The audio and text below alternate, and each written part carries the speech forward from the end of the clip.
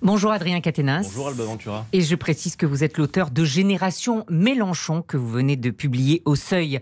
Jean-Michel Blanquer, le ministre de l'Éducation nationale, a regretté hier avoir choisi Ibiza pour 4 jours de vacances en fin d'année en plein protocole sanitaire à l'école. Il s'est excusé, Adrien Quatennens, c'est bon, on passe à autre chose. Mais rendez-vous compte, Alba Ventura, il ne nous a même pas envoyé de carte postale d'Ibiza. C'est incroyable. Vous le regrettez ? Évidemment. Non, plus sérieusement, écoutez, ce qui est en cause, c'est pas tant le fait que le ministre prenne des vacances. Bon, il a reconnu le choix symbolique d'Ibiza, et vous savez qu'en politique, la symbolique, ça a du sens, ça compte. Mais plus que ces vacances, ce qui pose problème, c'est le cadre dans lequel le protocole sanitaire a été élaboré et annoncé. Vous vous rappelez que 2 jours avant la rentrée, les enseignants, les parents d'élèves apprennent dans un article payant de vos confrères du Parisien le protocole sanitaire. Un article dont on apprend en réalité qu'il a été, l'interview a été faite depuis Ibiza, alors que les illustrations montraient un ministre à sa tâche dans son bureau à Paris. Mais je crois que la symbolique est très forte. Sur le fond, Adrien Quatennens, avoir tout fait pour maintenir les écoles ouvertes, parce que c'est ça le sujet de fond.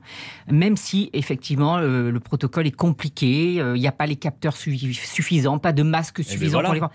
Les écoles maintenues ouvertes, c'est pas ça le sujet principal, essentiel. Vous avez raison, les écoles maintenues ouvertes, c'est un objectif, mais à la condition d'une sécurité sanitaire garantie et donc de l'application de protocoles clairement établis. Je crois que le principal problème et la raison pour laquelle d'abord nous demandons le départ de M. Blanquer, c'est qu'aujourd'hui il a concentré Vous demandez toujours la démission évidemment, de pas simplement à cause de cette affaire d'Ibiza. Nous la demandions, sa démission, avant. Mais alors vous dites dès deux la choses semaine contradictoires. dernière. Vous dites que c'est important de maintenir les écoles ouvertes. Mais écoutez ma réponse. Maintenir les écoles ouvertes, oui, à la condition de protocoles sanitaires clairement établis. Ça fait 2 ans que nous nous évertuons presque chaque semaine à l'Assemblée nationale devant un ministre qui répond toujours avec une arrogance et un mépris qu'il ne réserve pas seulement aux enseignants et aux parents d'élèves, mais aussi aux parlementaires d'opposition. Nous lui demandons de faire ce qu'il faut à l'école et d'écouter les enseignants qui sont les mieux placés pour savoir quels sont les meilleurs protocoles à mettre en place. Ça fait 2 ans d'ailleurs, vous n'en pouvez plus de nous entendre le réclamer, qu'on dit qu'il faut installer les purificateurs d'air dans les salles de classe, qu'il faut dédoubler les effectifs en recrutant par exemple 100 000 jeunes comme Jean-Luc Mélenchon l'a proposé pour qu'on puisse dédoubler les classes.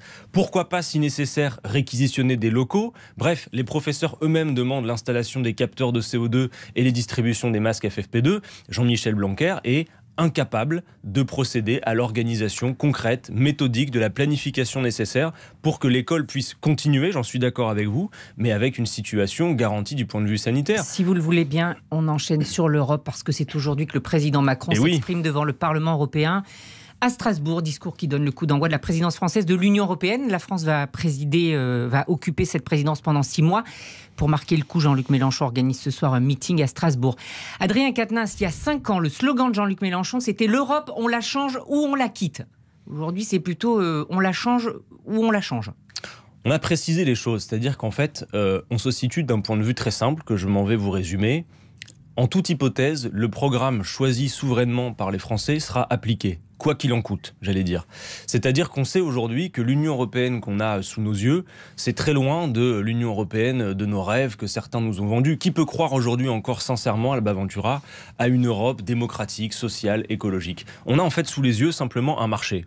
Un marché qui organise la compétition entre les États membres en refusant l'harmonisation sociale et écologique. Oui, mais aujourd'hui, vous acceptez d'être dans ce cadre européen. Vous faites comme Marine Le Pen. Il y a 5 ans, ce n'était pas le cas.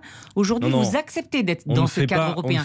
Vous avez changé de méthode. Non, on ne fait pas comme Marine Le Pen. Nous avons précisé la méthode. Et donc je vous la résume. Vous vouliez sortir des traités. Mais c'est toujours le cas, en fait. Simplement... Vous vouliez la sortie de l'euro. Non.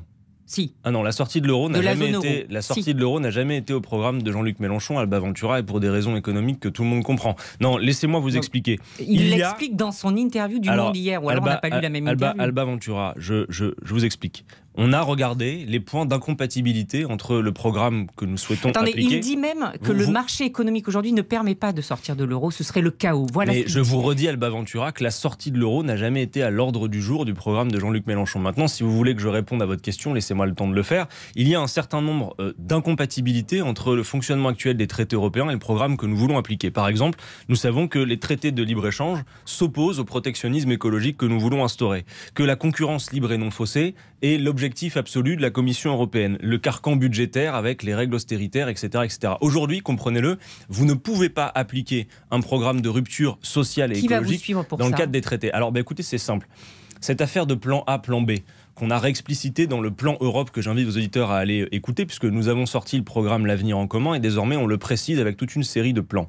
Ça consiste à dire, plan A, on propose aux autres États des changements sur un certain nombre de règles, par exemple sur la souveraineté budgétaire, sur l'indépendance de la Banque Centrale Européenne. Mais si ça n'est pas souhaité, eh bien nous désobéirons à chaque fois que les directives européennes, les traités ou les règlements s'opposeront à notre programme. Et d'ailleurs, beaucoup d'États européens ne se privent pas de désobéir à chaque fois que leurs intérêts sont mis en cause. Vous devez simplement comprendre, vous dites, en résumé... que vous voulez remettre en cause la règle des 3% des déficits publics. C'est exactement ce que Emmanuel Macron et Bruno Le Maire, le ministre de l'économie, sont en train de faire. Alors, vous avez peut-être mal lu la feuille de route d'Emmanuel Macron, celle qu'il a... C'est toujours notre faute. Mais non, mais si vous voulez, comme vous êtes soucieuse de précision, Emmanuel Macron a présenté il y a quelques mois de cela sa feuille de route à la Commission européenne en cas de réélection. J'ai envie de vous dire, Alba Ventura, le programme d'Emmanuel Macron, s'il était d'aventure réélu, ce que je ne souhaite pas, vous le savez, c'est le retour à l'austérité budgétaire avec le carcan des 3% d'ici 2023, c'est la réforme des retraites qui est pour l'instant au placard, et c'est toute une série de réformes auxquelles il s'est engagé, en contrepartie notamment du fameux plan de relance européen, qui d'ailleurs va nous rapporter moins que notre contribution au budget. Le plan de relance, c'est 750 milliards, comme je veux me soucier d'être bien compris des auditeurs qui nous écoutent, ce que je dis, c'est que toutes celles et ceux, candidats à l'élection présidentielle, qui promettent des ruptures sur le plan social, écologique. Par exemple, si vous voulez réinstaurer des pôles publics, par exemple l'énergie, vous voyez les prix de l'énergie qui montent parce que le prix de l'électricité est indexé sur le gaz par effet de marché. Si vous voulez réinstaurer un pôle public, si vous voulez interdire un certain nombre de pesticides, revenir sur un certain nombre de points de concurrence, vous ne pouvez pas aujourd'hui le faire dans le cadre des traités qui l'en empêchent. Donc simplement, ce qu'il faut résumer... toujours que c'est l'Allemagne qui a le dernier mot. Mais on n'a pas besoin, précisément ce que nous disons dans ce plan Europe, c'est qu'on n'a pas besoin nécessairement d'être suivi. Bien sûr, on va essayer de convaincre les autres de l'incapacité à faire autre chose dans le cadre de ces traités, mais s'ils n'en sont pas convaincus, ce que nous disons, c'est qu'en toute hypothèse, retenez simplement ça, c'est ce qu'il y a de plus simple à retenir, quoi qu'il arrive, si les Français nous donnent mandat pour appliquer un programme, ce programme s'appliquera, quels que soient les obstacles, par le système de l'opt-out, c'est-à-dire de la désobéissance. Et un certain nombre de pays le font déjà. Voilà. Nous ne pouvons pas rester enfermés dans cette camisole de force des traités qui nous impose la concurrence libre et non faussée, l'austérité budgétaire, alors que nous avons tant de choses enthousiasmantes à faire qui vont nécessiter beaucoup d'investissements. Un mot encore, Arnaud Montebourg, sur le point de se retirer. Il ne soutiendra pas de candidat, dit-il. Ça, vous le regrettez ?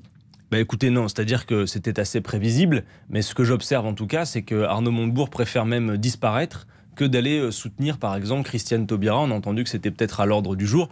Mais peut-être parce qu'il trouve que la gauche est quoi, à l'agonie, moribonde, suppléante. Écoutez, vous savez, on est à moins de 3 mois maintenant de l'élection présidentielle et s'observe dans les sondages ce que nous avions prédit. C'est-à-dire que désormais, le candidat qui est largement en tête à plus du double de ses concurrents à gauche, c'est Jean-Luc Mélenchon.